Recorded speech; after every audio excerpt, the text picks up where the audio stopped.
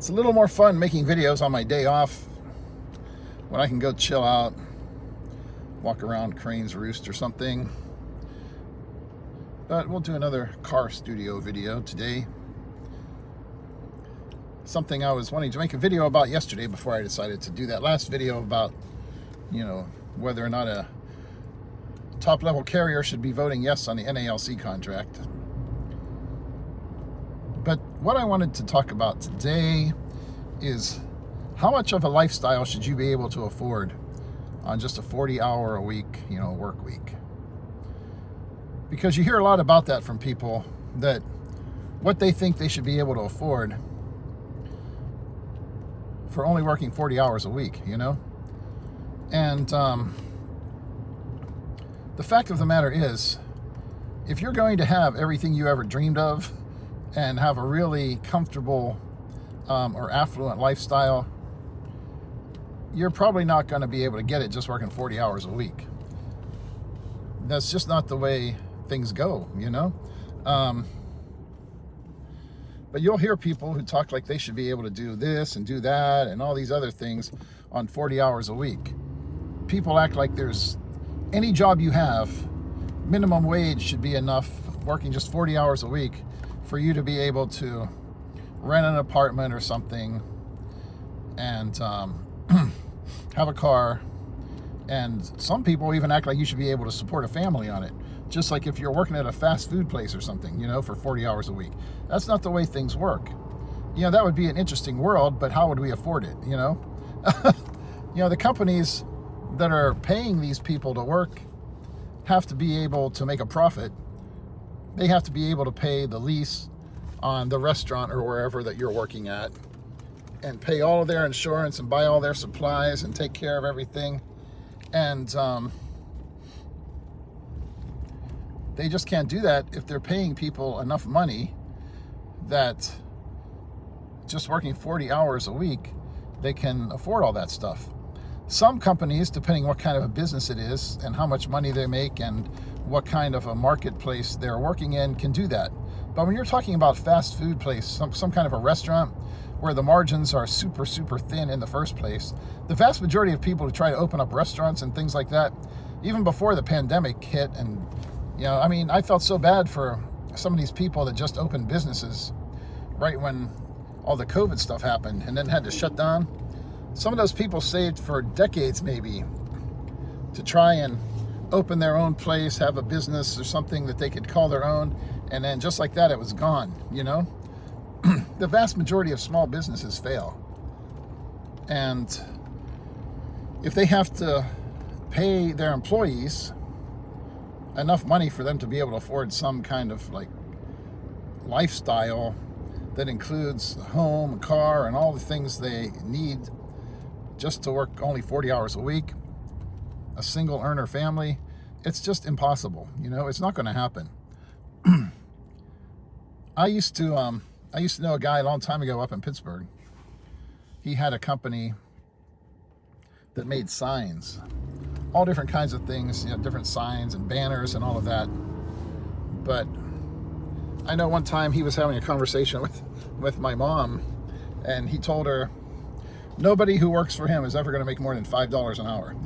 Of course, this was back in the 80s, a long time ago. So we're talking like 40 years ago almost. And so I'm sure the $5 an hour figure may have changed some, but he had a nice big house. They had a nice big piece of property and some horses that his wife wanted and all this different stuff. And he got that because the work that he had done in his life. He had done, construction stuff. I think he had maybe a contract, general contracting company, had this business where he was making the signs and everything. And as far as he was concerned, if somebody else wanted to have the lifestyle he had, they could do what he did and work their ass off and start a business and make it happen. They weren't going to get rich working for his company, And that's basically the way things are. Now, a lot of people aren't interested in starting a company. They're not interested in running a company. They're not interested in working 24 hours a day, 7 days a week to get a business going. They've got other interests and things they want to do. And there's nothing wrong with that. But for us to expect that someone's going to pay us enough for us to have some glamorous lifestyle while we're just working 40 hours a week and then chilling for the rest of the day is just not realistic. And for some reason, a lot of people think that they deserve that. Someone was commenting on one of my videos the other day about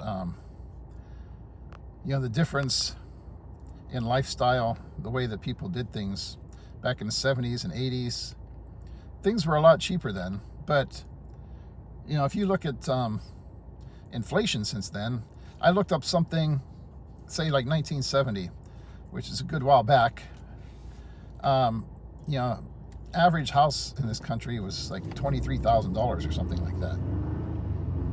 But if you adjust that for inflation between now and 1970, that's probably at least 10 times more. So you're looking like a $250,000 house,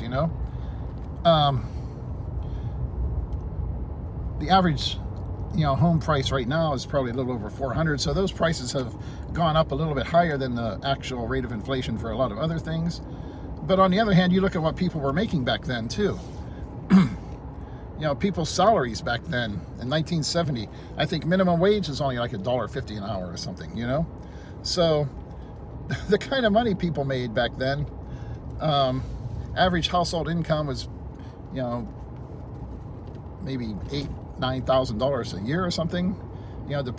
Just as an average for all different kinds of things. Obviously, a lot of people making more than that, but there were probably people making less.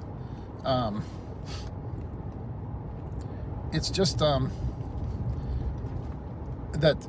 the one thing that always outstrips inflation, or at least it has in our generation, is what people think they should be able to have. You look at how much more expensive cars and everything are today, for instance, and yet at the same time, adjusted for inflation, it's probably not that bad. And even if it is a little bit more, still, look at what we get when you buy a car today.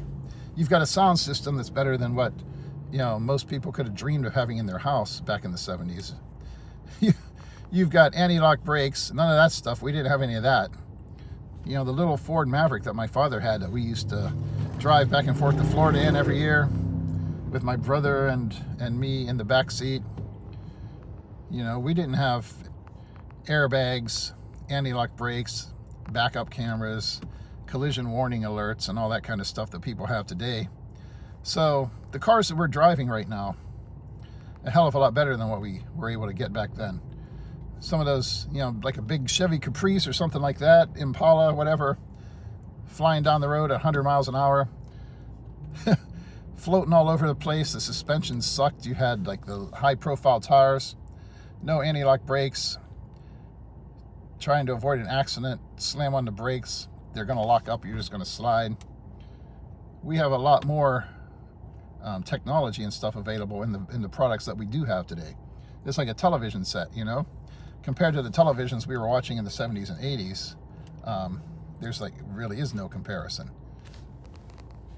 So we've got a lot more conveniences, and yet at the same time, people have a tendency to expect more.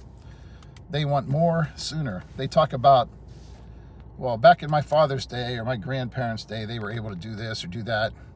They were able to be a letter carrier and afford a house, afford to do this, afford to do that. It was a different world back then. And especially if you were talking about a single earner household where just the husband was working, the wife was cooking dinner at home too and making breakfast for people. Everybody wasn't eating out 3 meals a day and hitting Starbucks a couple of times a day. Even today, if you have a reasonably decent job, what you're able to do oftentimes comes down to what you are willing to do and what kind of lifestyle you're willing to live. People want to live large, and they think that from the time they get out of school that they should be able to afford all these things that their parents worked until they were 40 or 50 years old to have. And that's just not the way it is. And especially if you're only going to work 40 hours a week. You know, this is why you hear a lot about the gig economy and stuff like that, people with all these side hustles. The people who are making money right now are the people who are staying out of debt, not wasting money, and are working 40, 50, 60, 70, 80 hours a week. You know, you have to have priorities. And the fact is, if your priority in life is to achieve what people like to call a work-life balance that involves you only working 40 hours a week and then hanging out at the house and doing stuff with your family and everything for the rest of the time, you have to be very, very careful about this stuff.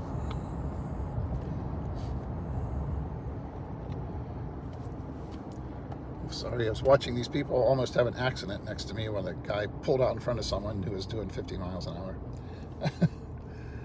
hour. But that's the basic thing. People's needs and desires have outstripped the growth or the pace of inflation, you know?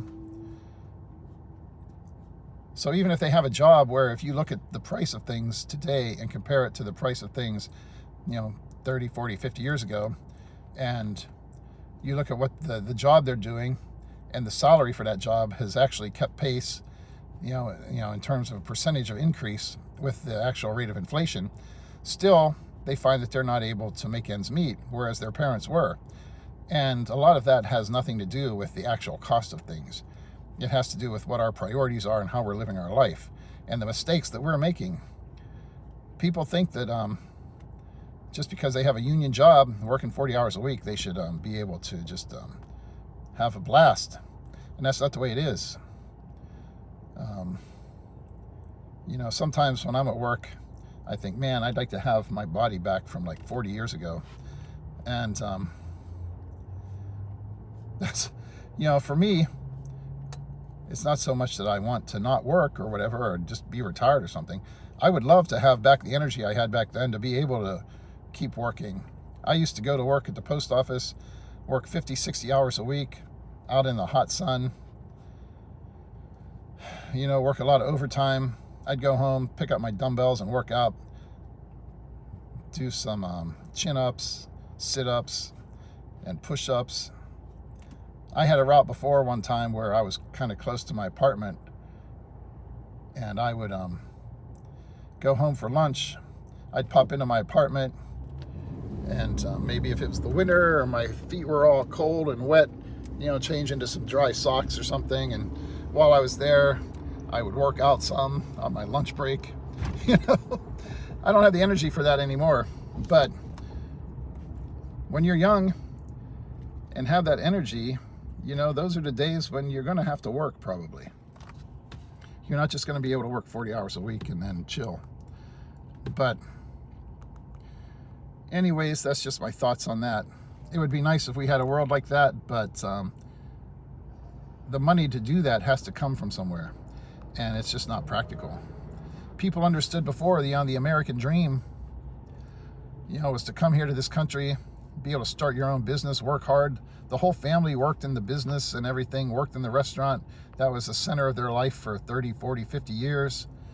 Now the American dream for people is to be able to hit a jackpot at some casino, or hit the lottery, or find an excuse to sue somebody so they never have to work again.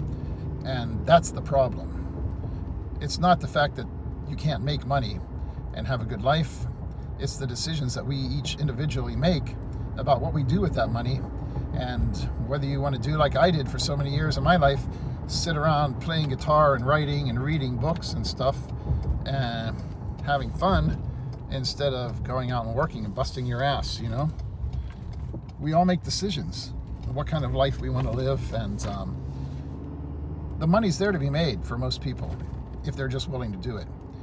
It sucks that in order to do that, you're not just going to be able to work a few hours a week and then hang out with your family, but that's life.